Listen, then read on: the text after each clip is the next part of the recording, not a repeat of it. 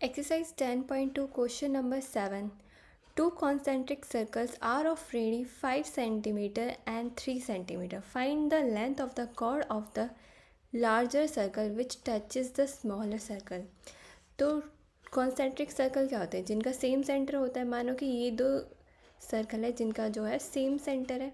तो यहाँ पे क्या बोला है, जो लार्जर सर्कल है उसमें एक कॉर्ड दे रखी है, जैसे ये जो कि टच कर रही है स्मॉलर सर्कल को, मतलब एक पॉइंट पे टच कर रही है.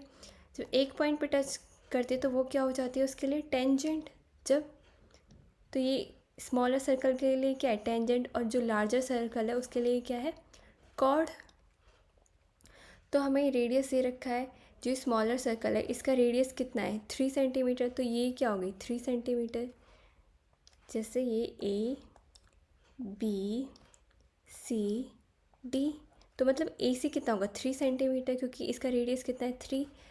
और जो ए बी और ए डी है वो कितना होंगे 5 सेंटीमीटर, क्योंकि लार्जर सर्कल है उसका रेडियस कितना है 5 सेंटीमीटर. हमें क्या निकालना है, लेंथ निकालनी है कॉर्ड की, मतलब हमें निकालना है बी डी. बी डी जो है हमसे पूछा है क्वेश्चन में, तो हम सॉल्व करेंगे. सबसे पहले in triangle A C D. अब हमें पता है कि जो यहाँ पे जो रेडियस है वो क्या टेंजेंट पे परपेंडिकुलर होता है, मतलब ये कितना होगा 90 डिग्री. तो ये क्या राइट एंगल ट्रायंगल बन जाएगा ए सी डी, और ए बी सी दोनों ही क्या है राइट एंगल ट्रायंगल है. तो ट्रायंगल ए सी डी में हम देख रहे हैं पी जी टी की हेल्प से हम सी डी की वैल्यू निकाल सकते हैं. हमें पता है ए सी कितना है 3 सेंटीमीटर, हमें ए सी कितना है 3 सेंटीमीटर. हमें पता है ए डी और ए बी कितने हैं 5 सेंटीमीटर, क्या है गिवन. तो हम क्या निकालेंगे, सी डी की वैल्यू निकाल सकते हैं using P G T, right angle triangle में यूजिंग पी जी टी.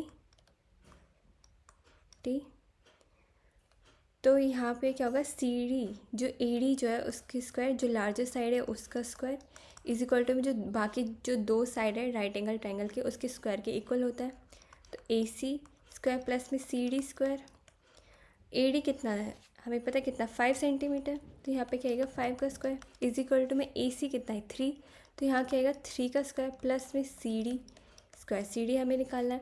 5 5 से कितना हो जाएगा, यहाँ पे सॉल्व करेंगे 25 इज इक्वल टू में 3 3 से कितना हो जाएगा 9 प्लस में सी डी स्क्वायर.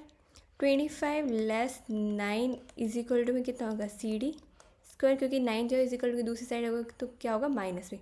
25 में से 9 लेस करेंगे तो कितना होगा 16 इज इक्वल टू में सी डी स्क्वायर. अब जो स्क्वायर है वो दूसरी साइड जाएगा तो क्या हो जाएगा स्क्वायर रूट में चेंज हो जाएगा इज इक्वल टू में सी डी. 16 जो है वो किसका स्क्वायर होता है 4 का, तो हम क्या बोल सकते हैं C D is equal to में 4 सेंटीमीटर. तो ये कितना निकल गया 4 सेंटीमीटर.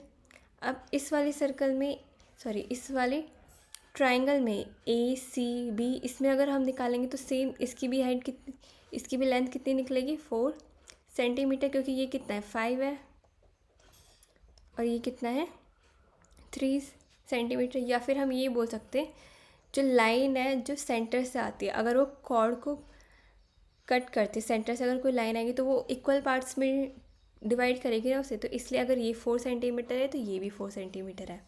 तो इसका मतलब क्या होगा C D is equal to में बी सी कितना है 4 सेंटीमीटर. तो यहाँ पे क्या होगा, इसका मतलब है बी डी की वैल्यू कितनी हो जाएगी सी डी प्लस में B C is equal to में 4 प्लस में 4, इसका मतलब कितना 8 सेंटीमीटर. तो हमसे यही पूछा था कि बी डी की वैल्यू क्या है और बी डी कितना 8 सेंटीमीटर. ये हमारा क्वेश्चन सॉल्व हो गया.